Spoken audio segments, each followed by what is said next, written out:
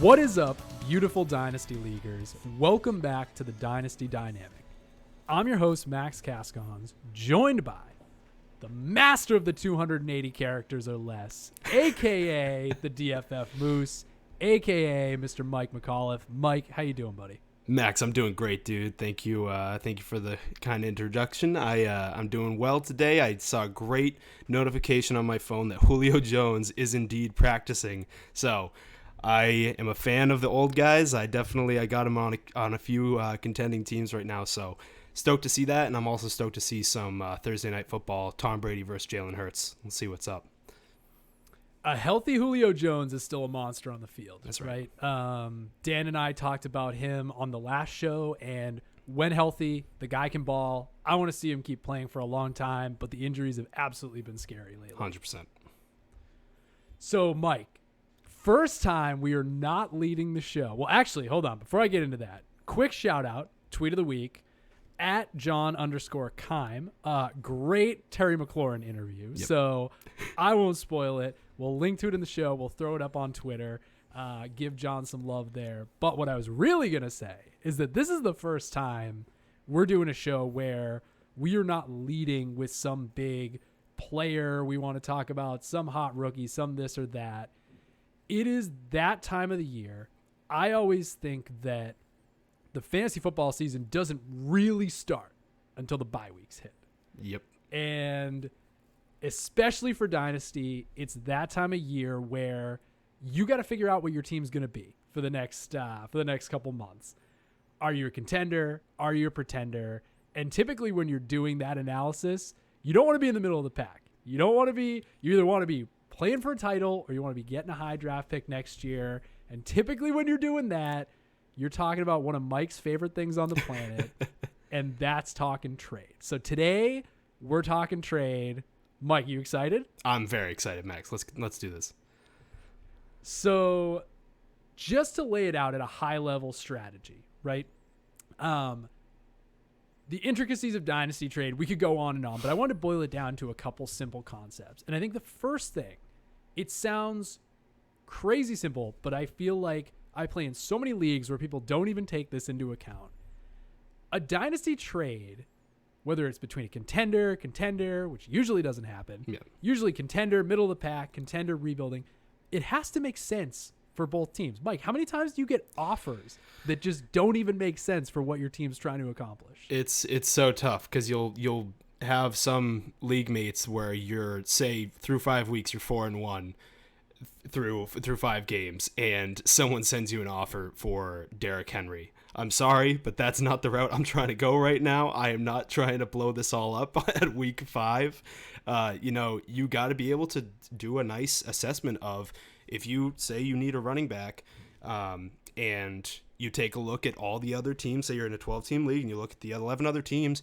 You got to be able to scope out right away who is even worth trying to open a conversation with right now. Because I can guarantee you, if they're contending right now, this time of year, too, is where people either start to really believe in their team, so people can start to overvalue how much of a chance they have to win. They're not going to trade away their best players, so you have to be crafty with it. You have to go to the teams that are maybe teetering at that 2-3 mark or so, that might not really have a clear picture or a clear path to contending, or you go to someone who might be willing to take picks in exchange for some of their older players, or even if you're willing to pay up for a player that you really want that is still on the younger side, they would be much more apt to do that.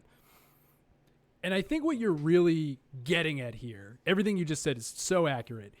You really want to understand what the other team's goals are, right? Yeah. So like I said before, contenders are typically not trading with contenders unless they both, for some crazy reason, believe they know something that the other doesn't about a player.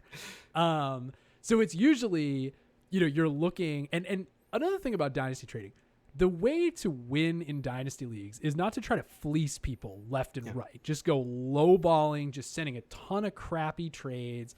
That is not the way to do it.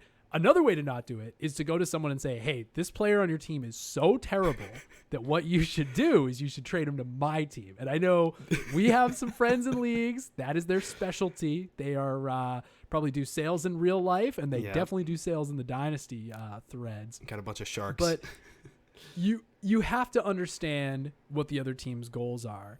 And like you said, if somebody is either middle of the pack or, towards the bottom of the pack, understand which pieces you can actually get from their team. Like, good luck trying to go pry, a Najee Harris away from a team that's in second to last right now. Like, there's no way that they just drafted him 2 months ago. There's no way they're trading Najee Harris. Exactly. It's just you definitely have to, and even you like you said, rookies or even just guys that are just still young and are, especially if they're a struggling team. Obviously, they don't have a plethora of players that are high scoring, but the last thing they're going to want to do is go and trade you one of the guys that could eventually 2 or 3 years down the road for them end up being a cornerstone. Like a sophomore player that is finally hitting his stride. They're not going to sell him low to you just because, they're not contending and they want picks. You have to hold some players. So don't go assuming you can go buy people on the low just because it's from a losing team. And this happens to me. Towards the middle half, because my dynasty career is not over yet. As I've grown as a dynasty owner, I'm a fan of the productive struggle teams. I like to go into the startup.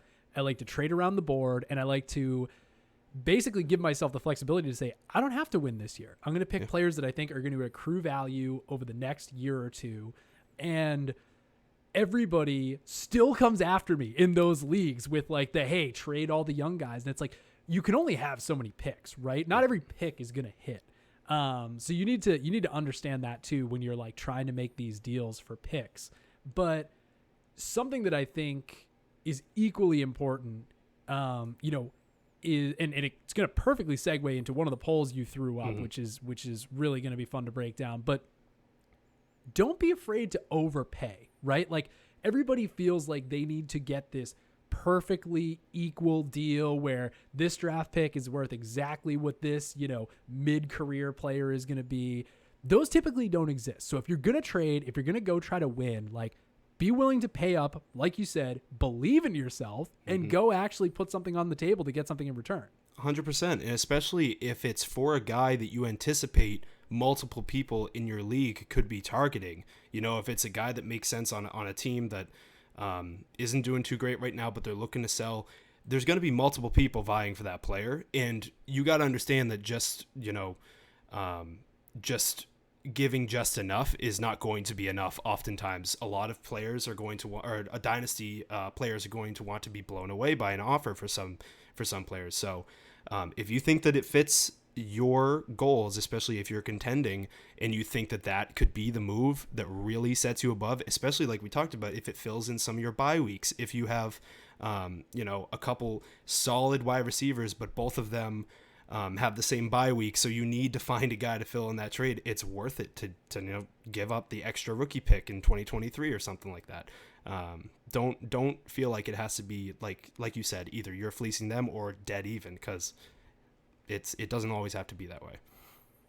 And not even dead even, right? I have, and this is fun. We'll get to the heart of how we reverse engineered this, right, based on the poll. But I'm even fine taking what I think might be a loss on a deal if it helps achieve my team's goals, right? And I think people get too caught up in that, which brings us to the big poll that you ran on Twitter this week. And we wanted to know how people feel about trade calculators and how they use them. So I know you throw it up.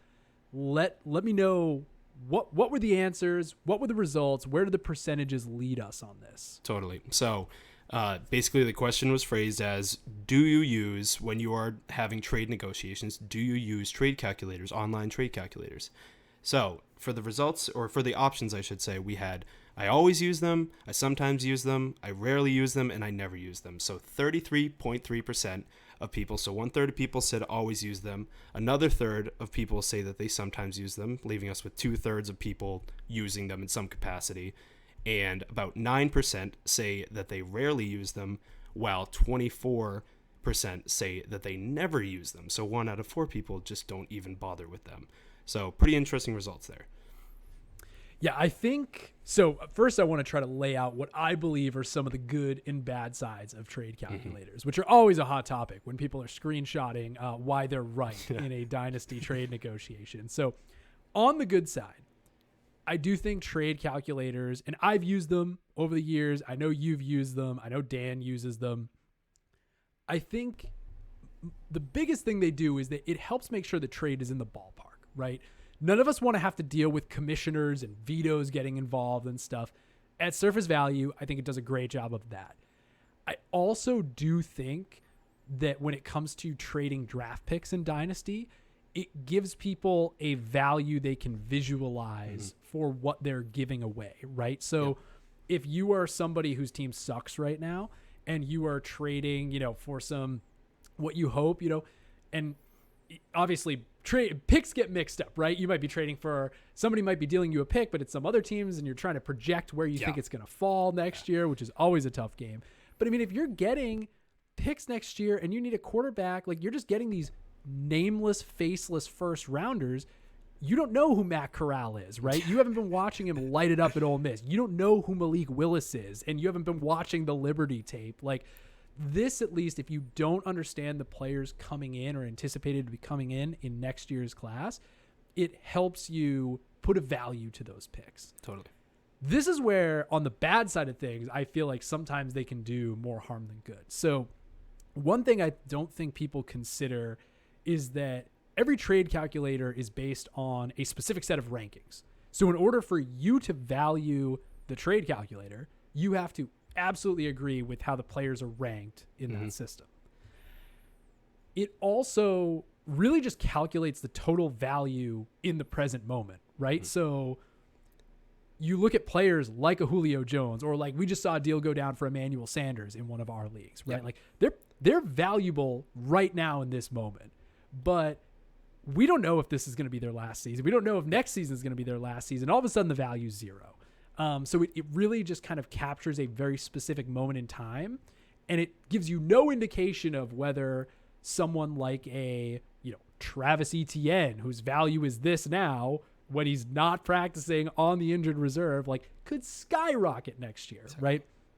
And then I think that leads me to the biggest piece, which is it just doesn't take your team's situation into account. So whether your team is terrible and you're rebuilding, or whether your team is competitive and going to win now, the trade calculator spits out the same value, right? Yeah, exactly. And it's especially with even not just contending versus not contending, it's positionally as well. If you're going and trading a great running back when you only have one other really solid option at running back, but you're getting a good enough return that trade calculator says you might be doing yourself a great disservice from taking away from your depth. You have to be able to look at it on your own, take what the calculator says and take it with a grain of salt, understanding that it doesn't have all the answers to be able to say what's best for you in that moment.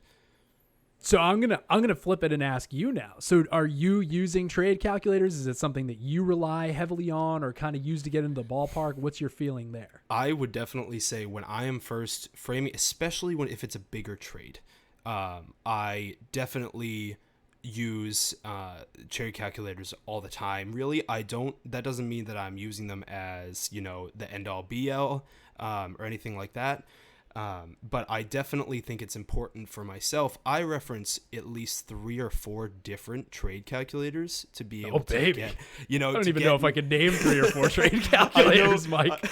I know that the Dynasty Dominator app is a good one. You got Keep Trade Cut is another one that I've talked about, where they crowdsource different rankings from people, just to name a couple. But I think that they can be valuable. Like I said, it's extremely important to be able to put a value on draft picks, and to just, but I do recognize their faults where, a lot of the information too can be trailing information where, say a trade calculator app hasn't updated the fact that Dawson Knox has completely gone off the past couple weeks. Absolutely. Something like that. So you have to be able to, like you said, it's all about what's happening in the present moment too. So you have to be able to, on your own, be able to pinpoint players that might not have that trade value right now, but you project that come week 12, they're going to be way more valuable in that trade calculator than they are right now. So they're definitely, I use them all the time, but they can't be relied upon too much.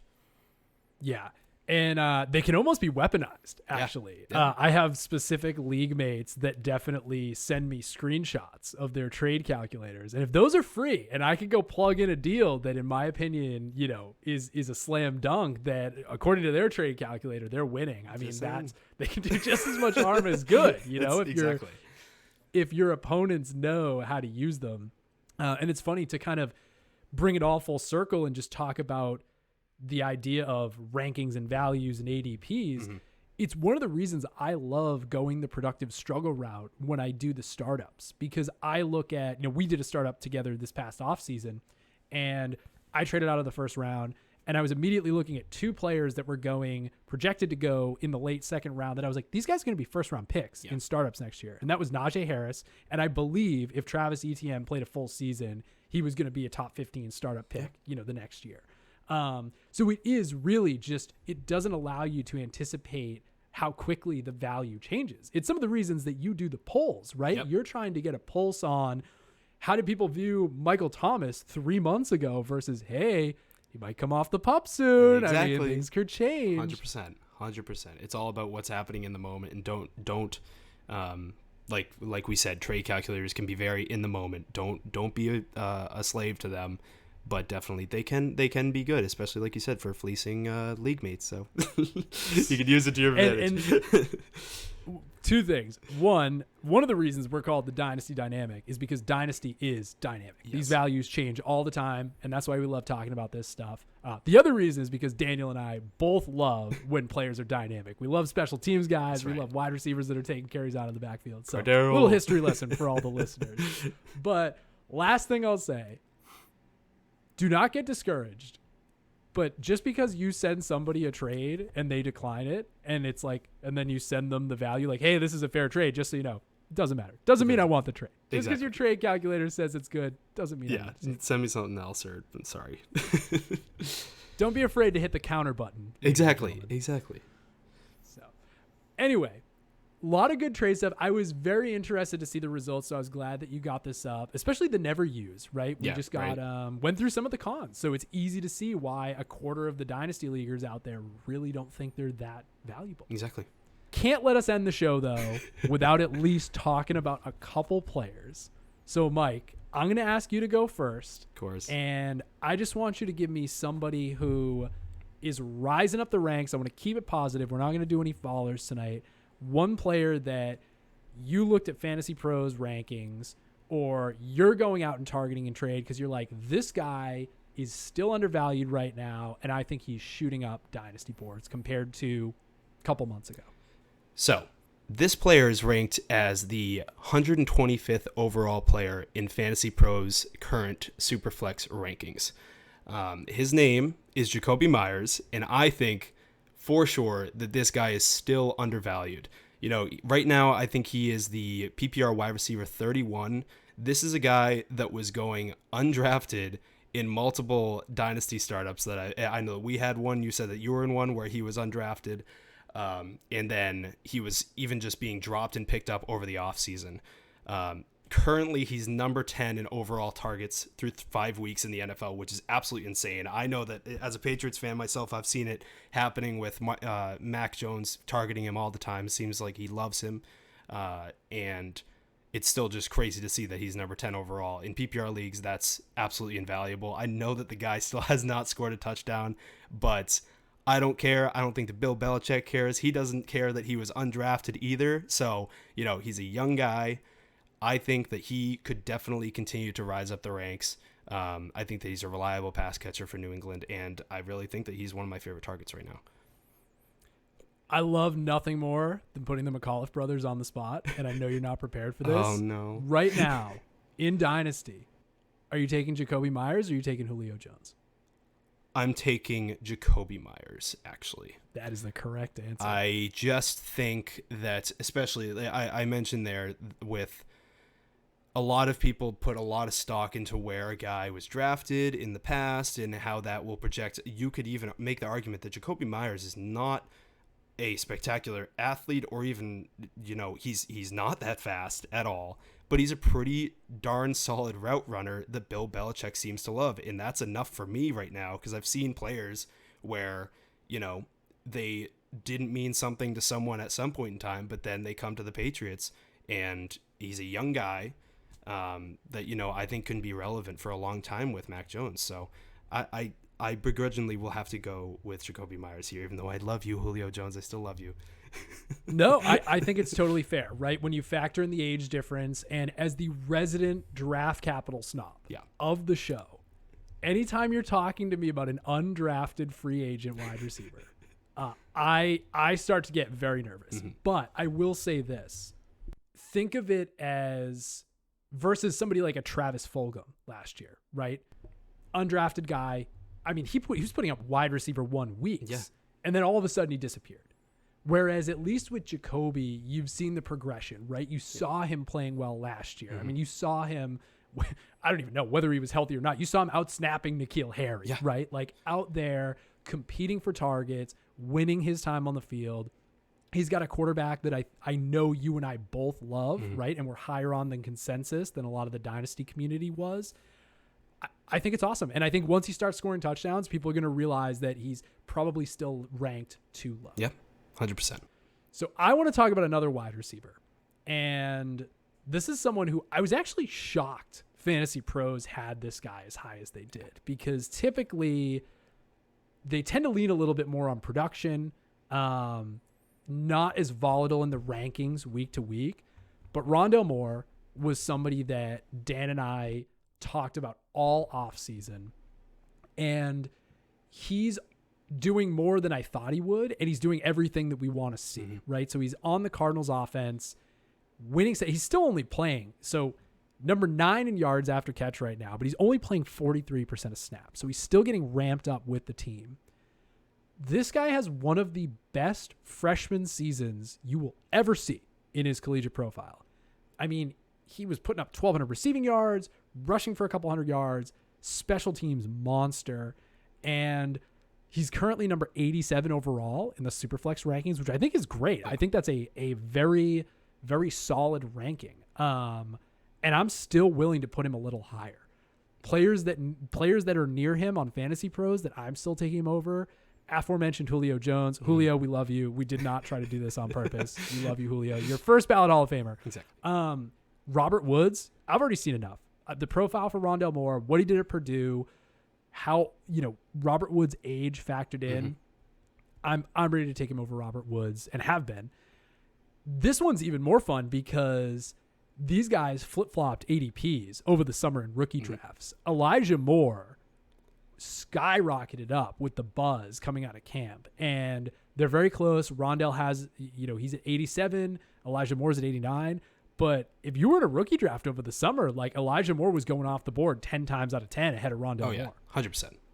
Which, it at the time, I guess you could see it, but it's tough, especially at this point, to go against Rondale being able to, be attached to Kyler Murray right now too. I feel the way that they mesh together is pretty darn great. They have, they got Hopkins and AJ Green both getting up there in years. So I love it, man. I think he's going to have a great career, and he's just absolutely electric after the catch, So fun to watch. I told myself, Max, you can only pick one of the 2 undersized receivers in this draft class to cheer for. I had Devonta Smith on one hand, I had Rondale Moore on the other, and I just went Rondale Moore, man. I mean, Heisman Trophy, not for me. Give me the guy who has had some injuries, gets his career back on track, lands in an air raid offense, right? Kyler's lighting it up this year. Yeah. That's the guy I want. 100%. I love it. All right, man. Lots of good trade talk. Hopefully people listen to our tips. Maybe we'll get a few less brutal trades in the queue these days, right? Hit the decline button a little less. Lot of good trade talk, but I couldn't let us get out of here without at least mentioning a couple risers. So those are some guys to keep some tabs on. Mike, what's going on with the YouTube? You going to give yourself a plug here? Tell people where they can find all your new videos you're doing? I think I'm going to have to do so, yeah. So for those who do not know, I know it was mentioned on the last podcast, but I did start up a YouTube page where I'm going to be giving, daily, maybe every other day advice for people, just quick 15-second YouTube shorts, easy to consume. So go hit that subscribe button. It's just the Dynasty Moose, and then in parentheses, Dynasty Fantasy Football for all of you searching for me on there. So yeah, go hit like, go hit subscribe, and get some good advice every day. Knocking the SEO out of the park here, Mr. Moose. Thanks. But I think that's it. That's the show. So getting out of here for today, this is the Dynasty Dynamic. You stay classy, Dynasty Leaguers. Milk was a bad choice.